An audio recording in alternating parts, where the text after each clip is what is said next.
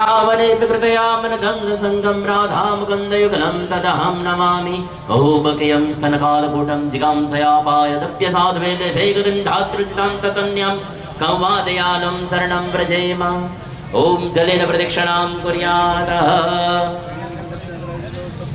ॐ धारावळि अतिथिजो सप्तास्यासन् परिदय श्रीसुप्तसमिताकृताः देवाजते ग्रन्थनवाना अवदनन् बृहं वसुं वदेवदे प्रथमो देववन्दनं देवाधिदेववन्दनं ततपश्चात् आत्मवन्दनं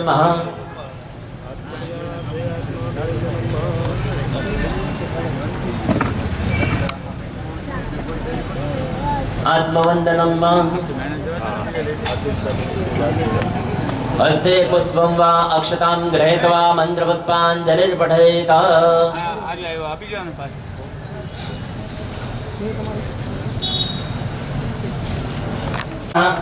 एहनाकं महिमानः सचन्दजत्रपुरवे साध्याः सन्ति देवाः ॐ राजाधिराजाय प्रसय्यसाहिने नमो वयं वैश्रवणाय परमहे समे कामान् कामकामाय मह्यं कामेश्वरो वैश्रवणो ददातु कुबेराय वैश्रवणाय महाराजाय नमः हरि ओं स्वस्ति साम्राज्यं पूज्यं स्वराज्यं वैराज्यं पारमेष्ट्यं संबाहुभ्यान्त्यमधिसम्पदन्त्र्यावा भूमिजनन देव एका ॐ अम्बे अम्बिके अम्बालिके नमानयति कश्चन सत्यसुखः सुभद्रिकां कम्पिलवासिनीं चरणकमलयोग्यं पङ्कजं भुजेतवा कनककमलमालान् कण्ठे सर्पेतवा शिरसुतोऽयं मन्त्रपुष्पाञ्जलयामि श्रीमद्भागवत भगवान के जय श्री बालकृष्ण लाल के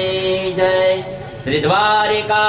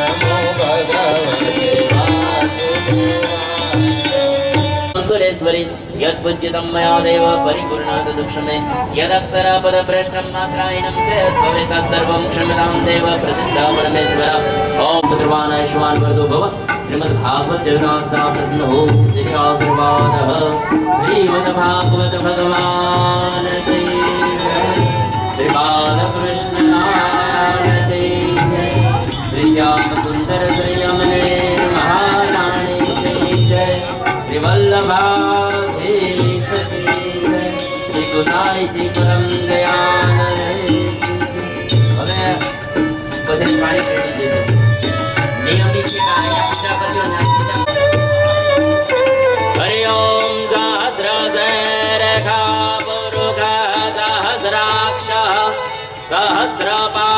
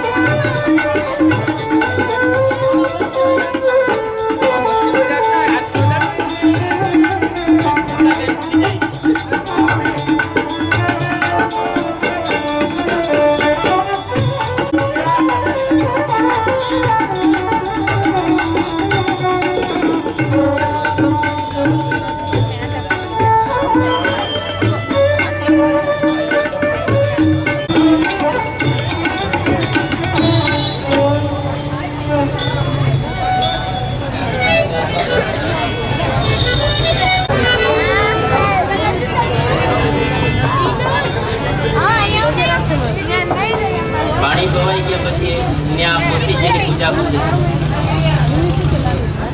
બધા.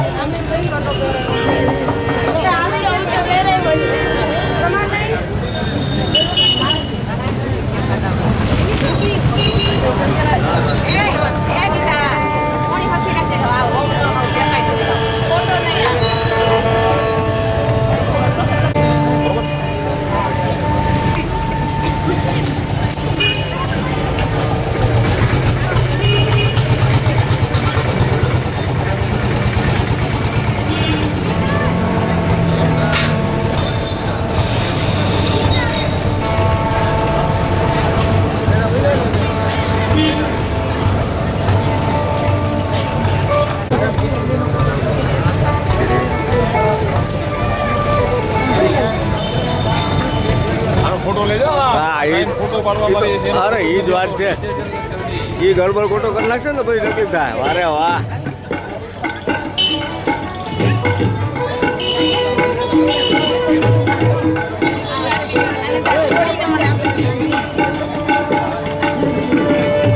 હું કહું એમ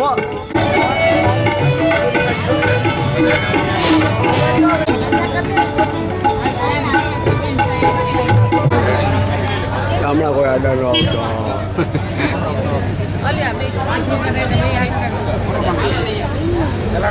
श्रीखंडम चंदनम दिव्यम गंधवार्यां चंदनम इदं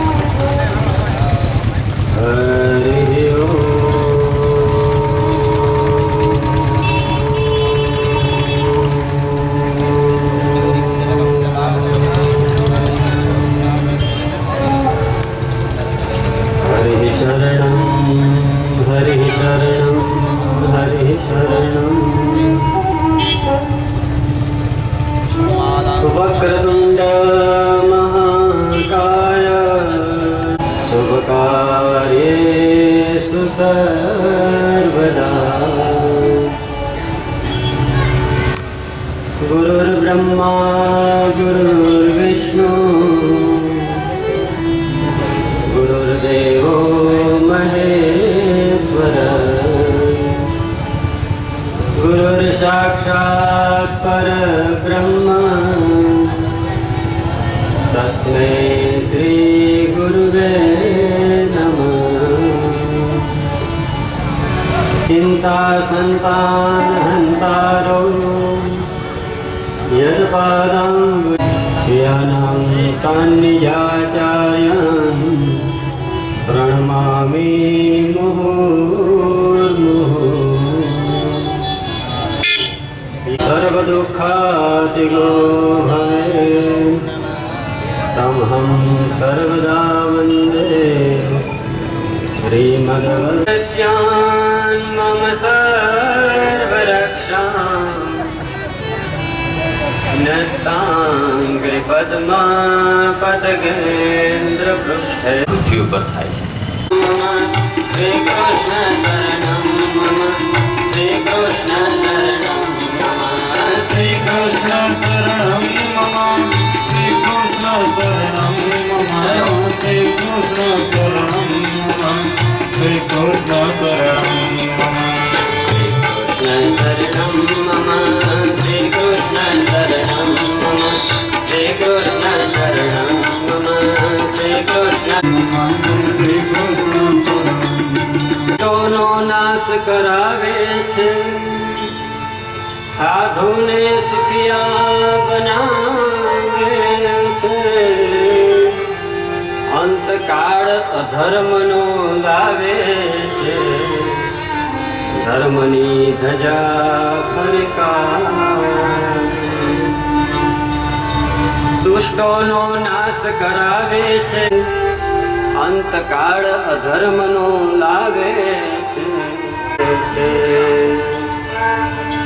શ્રી કૃષ્ણ શરણમ મમ શ્રી કૃષ્ણ શરણમ મમ શ્રી કૃષ્ણ શરણમ મમ શ્રી કૃષ્ણ શરણમ મમ શ્રી કૃષ્ણ શરણમ મમ શ્રી કૃષ્ણ શરણમ મમ શ્રી કૃષ્ણ શરણમ મમ શ્રી કૃષ્ણ શરણમ મમ શ્રી કૃષ્ણ શરણમ મમ શ્રી કૃષ્ણ શરણમ આવે છે ગીતાજી ભગવાને જગતને જ્ઞાન આપ્યું જ્ઞાનનો દીવડો પ્રગટાવે છે અજ્ઞાન તિમિર વિલાવે છે શ્રી કૃષ્ણ શરણમ મમ શ્રી કૃષ્ણ શરણમ મમ શ્રી કૃષ્ણ શરણમ મમ શ્રી કૃષ્ણ શરણમ મમ શ્રી કૃષ્ણ શરણમ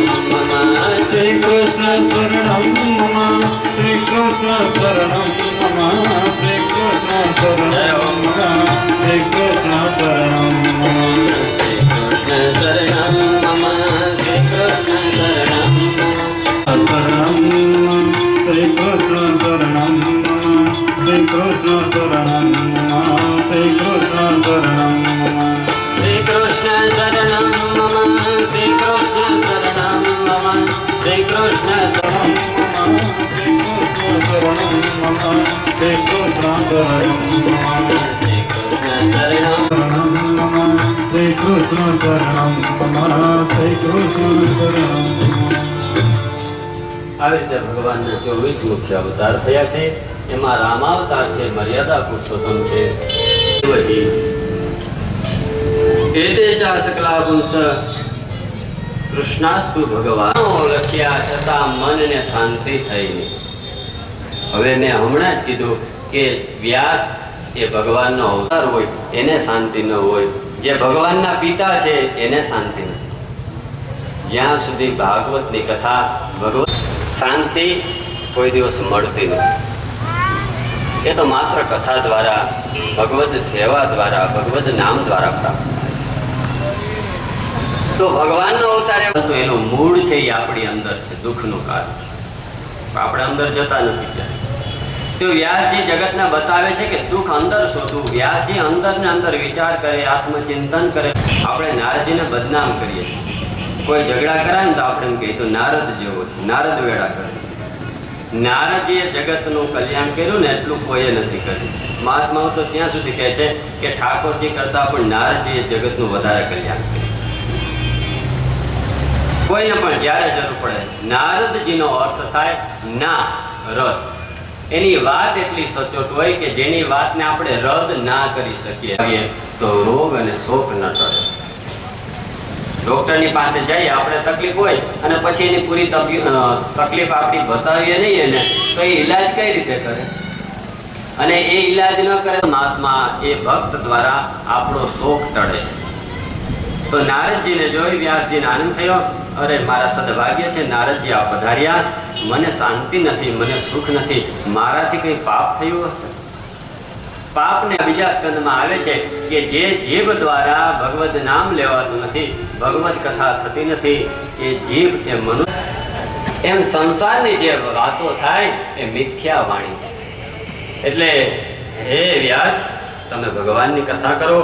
યેને વાસો ન તુષ્યેત મન્યત દર્શનમ ખિલમ. જ્યાં સુધી ભગવાનની કથા ન થાય ત્યાં સુધી વાણી અધૂરી છે. આ પ્રશ્ન થયો અને પૂછવા લાગ્યા કે નારદ, ખાલી ભગવાનની કથા કરીશ તો મને શાંતિ મળી જશે? તો નારદ વિચાર કરે કે આવા દુઃખ સહન થતા નથી.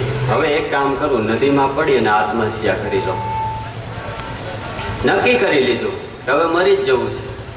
અને એ થોડી વાર 5-10 મિનિટ કથા સાંભળી લો. એટલે કથા મંડપમાં બેસી ગયો અને ત્યારે વક્તાએ વર્ણન કર્યું કે બડે ભાગમાં નુસ્તન પાવા સુરત દુર્લભ સપગ્રંથન હી ગાવા. 24 મિનિટ જો આપણે શ્રદ્ધાથી કથા સાંભળીએ તો આપણું ઉદ્ધાર. 24 મિનિટ નો સંભળાય, 1 ઘડી નો સંભળાય તો આધી ઘડી, એનાથી અડધી 12 મિનિટ. 12 મિનિટ પણ પ્રેમથી કથા જો કે આપણે એટલી સાંભળી, ભલે બેઠા હોય 3 કલાક, પણ એમાં આપણે સાંભળી હોય 12 મિનિટની. બાકી તો બધી જોડે કે 6 મિનિટ પણ આપણે શ્રદ્ધાથી.